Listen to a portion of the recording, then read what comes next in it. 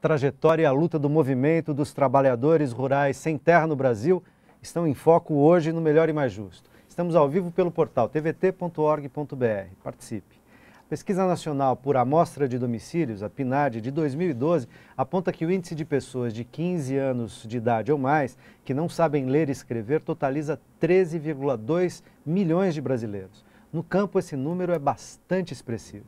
Estimativas do MST indicam que mais de 50 mil pessoas já foram alfabetizadas nos assentamentos e acampamentos. E mais, aproximadamente 1.200 escolas públicas estaduais e municipais foram erguidas para garantir acesso à educação para cerca de 200 mil crianças, jovens e adultos sem terra como fruto da luta do MST.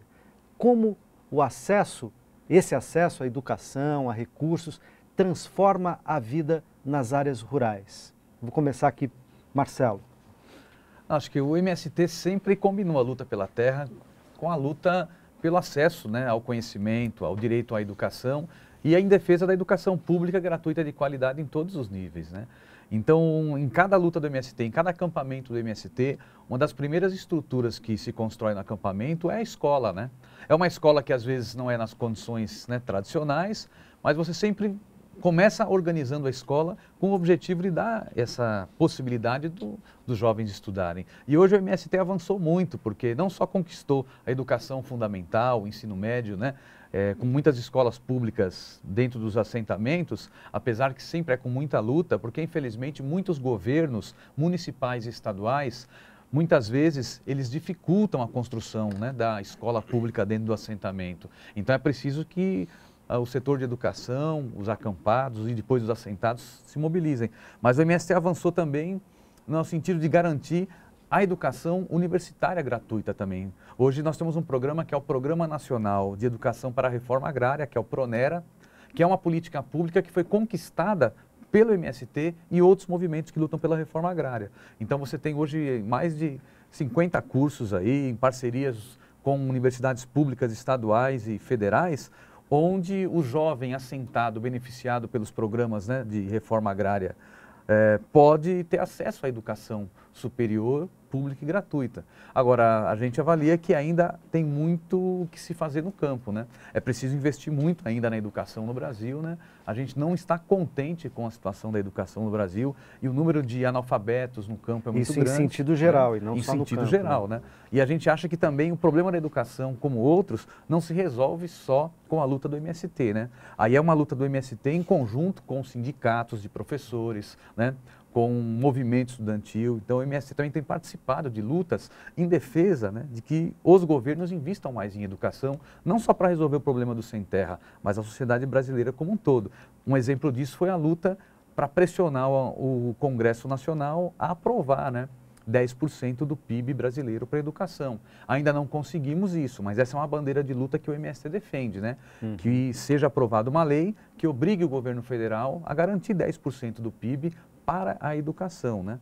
Para que, independente de quem esteja no governo, né, você tenha essa obrigação para que nos próximos anos e décadas a gente possa reduzir esse número de 13 milhões aí que você falou, né? E gerar cidadania, e gerar no campo e na cidade, né? Padre Antônio, essas preocupações do MST, por exemplo, na educação, etc., formação da população rural, campesina, dentro dos assentamentos, nas ocupações, né, vai na direção daquilo que o senhor estava dizendo a respeito de que o MST construiu modos de relações diferentes no Brasil? Sem dúvida alguma. Isso não quer dizer que só o MST construiu, né? Outros movimentos sociais também, mas o MST tem uma história, uma contribuição a dar nesse sentido? Com certeza. Eu mesmo faço sempre visita aos acampamentos e assentamentos, no estado de São Paulo, principalmente.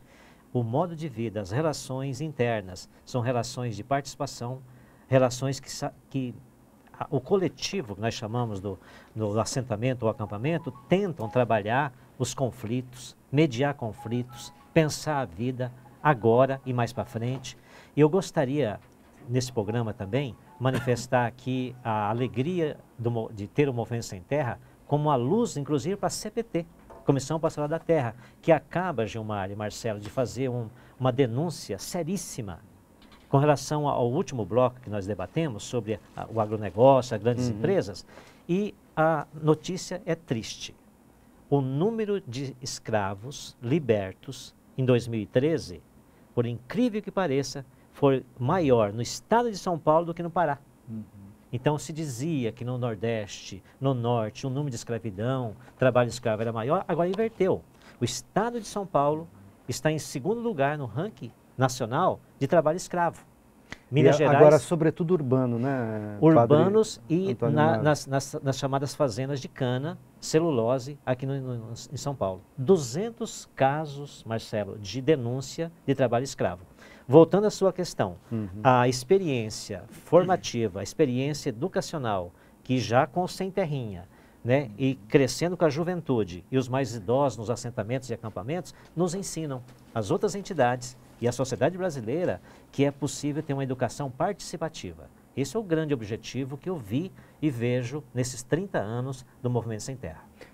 Gilmar, uma outra questão, se você quiser falar disso também, tudo bem, mas quer dizer, essas coisas que a gente está falando, que vocês estão apontando aqui, mostram uma construção, né, um acúmulo de experiências, de conhecimentos, de relações, de conquistas, de problemas, etc., em 30 anos. Por que a gente vê hoje na mídia, quando o MST completa 30 anos, na grande mídia, por exemplo, num grande jornal conservador aqui do estado de São Paulo, dizendo que o movimento do Sem Terra vai acabar? Eu brinco, eu só vou ajudar a fazer mais essa reforma agrária, depois vão parar, porque realmente é difícil. Eu quero também que o MST acabe, todo mundo quer. O dia que nós fizermos a reforma agrária é evidente que vai acabar, ou vamos nos transformar numa outra coisa, ter outra inserção política, né? Mas eu acho que é o sonho de muitos que de fato acabasse antes da realização da reforma agrária. Não é uma decisão política que corresponde às direções acabar com o MST. O MST é um movimento que buscou, ao longo desses 30 anos, estabelecer um rumo. Qual é o rumo nosso? É lutar pela terra, reforma agrária e transformação social, né? Isso é fundamental, porque a partir desse rumo político, nós construímos um processo de luta. No nosso modo de ver, a luta não é porque a gente acha bonito lutar, é porque é a condição de trabalhar, de fazer com que o protagonismo da conquista seja efetivado pela classe trabalhadora. Não é a liderança que conquista, é o povo organizado que conquista. Aliás, eu não acredito em mudanças de cima para baixo, mudança profunda. Eu acredito em mudanças onde a classe se organiza e busca e constrói. Então, a luta, nesse sentido, ela é a formação. Você aprende num dia de luta, às vezes, que não aprendeu na vida toda. Mas aí você trabalha essa dimensão do rumo com luta com uma perspectiva organizativa. Por quê? Porque a organização, a classe trabalhadora não vive lutando todo dia, né? Ela vive trabalhando para sobreviver. Então há momentos de luta que tem que se trabalhar, a luta, mas há momentos de refluxo onde você tem que preparar, garantir as conquistas e assim por diante. Então eu diria que não é só nós, a construção de alianças, aqui o movimento sindical dessa região nos ajudou muito, continua ajudando. Nesses 30 anos, Naves, a CPT, a igreja, não é só os louros, não é só para nós, não. É todos aqueles e aquelas que ajudaram de alguma forma a resistirmos e conquistarmos o que nós conquistamos, garantindo unidade, não sem problemas. Nós somos, eu brinco, um movimento de massas, não é um movimento de anjo, né? Um movimento de gente tem problema, mas tem coisas bonitas.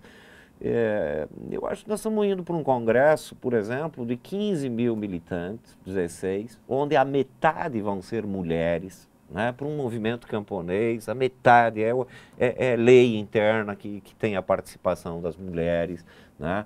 Estimulando a resolver vários problemas, porque nós acreditamos que sem a mulher a luta vai pela metade, mas por quê?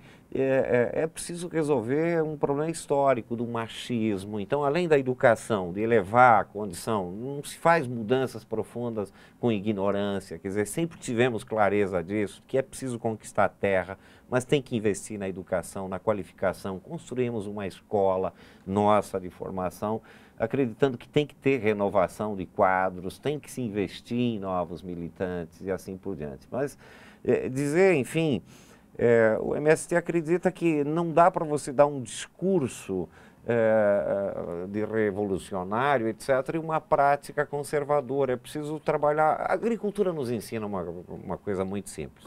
Se a gente quiser colher abacate, tem que plantar abacateiro. Se quiser colher limão, tem que implantar um limoeiro. Ou seja, se nós quisermos uma sociedade libertária, nós precisamos plantar isso aqui agora. Se a gente plantar quer liberdade, né? plantar liberdade. Se nós quisermos homens e mulheres participando igualmente, tem que abrir espaços para que as mulheres tenham participação. Se nós quisermos juventude sendo protagonista, tem que abrir espaço para a juventude participar, porque senão o discurso vira hipocrisia, né?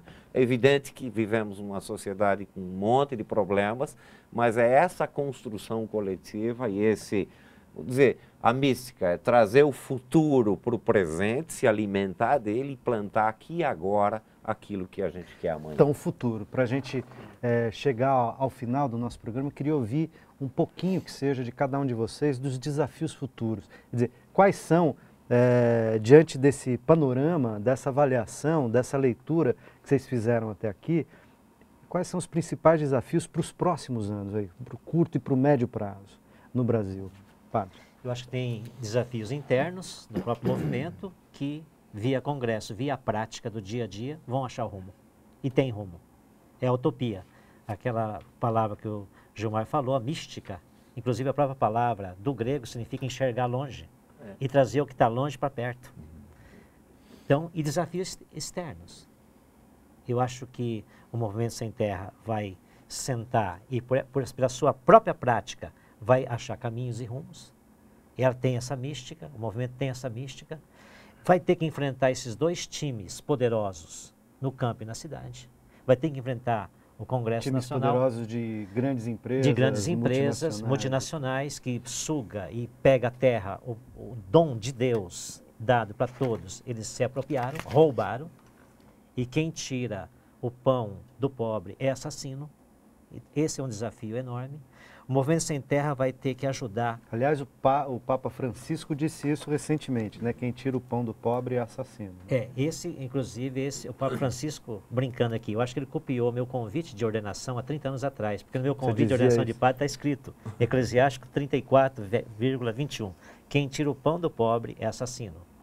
Meus superiores gostaram um pouco, não muito, né? Mas foi essa a palavra do Francisco, é verdade. Então, o Movimento Sem Terra vai ter que participar junto dessa formação da Constituinte Soberana aí, para a gente mudar os rumos da formação política eleitoral desse país, né, Marcelo? Aquilo que você dizia. Então, diga, Marcelo, porque o nosso tempo está esgotando aqui. Eu acho que é realizar grandes lutas, começando agora em fevereiro com o nosso congresso, mostrando que grandes lutas de massa, grandes lutas populares. É fortalecer essas lutas, eu acho que é construir essas lutas com outros setores da sociedade, fortalecer nossa aliança com o movimento sindical, o movimento operário, com os partidos e forças progressistas e de esquerda e elaborar um projeto de transformação social para o Brasil que incorpore a reforma agrária, mas outras grandes reformas também, porque só a reforma agrária não basta. Como a reforma política, Como por a exemplo. reforma política.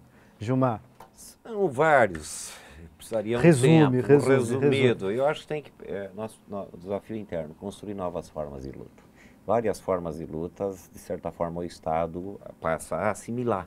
Não vamos deixar de fazer ocupação, uma forma de luta, mas é preciso construir outras. 2, novas formas organizativas. Isso vale para nós, mas vale para todo o conjunto da classe trabalhadora. E dos movimentos sociais no Brasil. 3, nós buscar interpretar mais profundamente essa realidade e fazer um debate de forma didática popular na sociedade brasileira. A reforma agrária depende da participação popular. Você tem que disputar os sentidos políticos da sociedade. Exatamente, aí vocês cumprem um papel da luta pela democratização dos meios de comunicação, da informação e assim por diante. Mas eu acredito que nós estamos caminhando, amadurecemos e, evidentemente, espero que não demore mais outros 30 para a gente fazer a reforma agrária acontecer. Acredito que se houver essa integração com outros setores e a participação nós vamos fazendo. Quero aproveitar só para agradecer todos aqueles e aquelas que de alguma forma sempre estiveram presentes e se mostraram solidários com a nossa causa. Obrigado a todos. Eu agradeço muitíssimo a vocês, agradeço a você que nos acompanhou até aqui. Sei que a questão da terra, a questão fundiária no Brasil, ela existe desde que o Brasil existe, como colônia portuguesa, né? Desde a época do descobrimento. As questões fundiárias são questões complexas que engajam, implicam, né? Se relacionam com todas as outras questões do Brasil. Enquanto a gente não resolvê-las, certamente o Brasil, por mais que se desenvolva, não conseguirá ser um país livre, soberano, igualitário e justo. Agradeço também a você que nos acompanhou até aqui no Melhor e Mais Justo, que é um espaço que homenageia a todos que lutaram e seguem na luta tentando fazer do Brasil uma democracia, de fato. Não apenas no regime político, mas também na produção e no compartilhamento das nossas riquezas econômicas, sociais e culturais. A gente se encontra na próxima quinta-feira ou a qualquer momento pela internet. Forte abraço.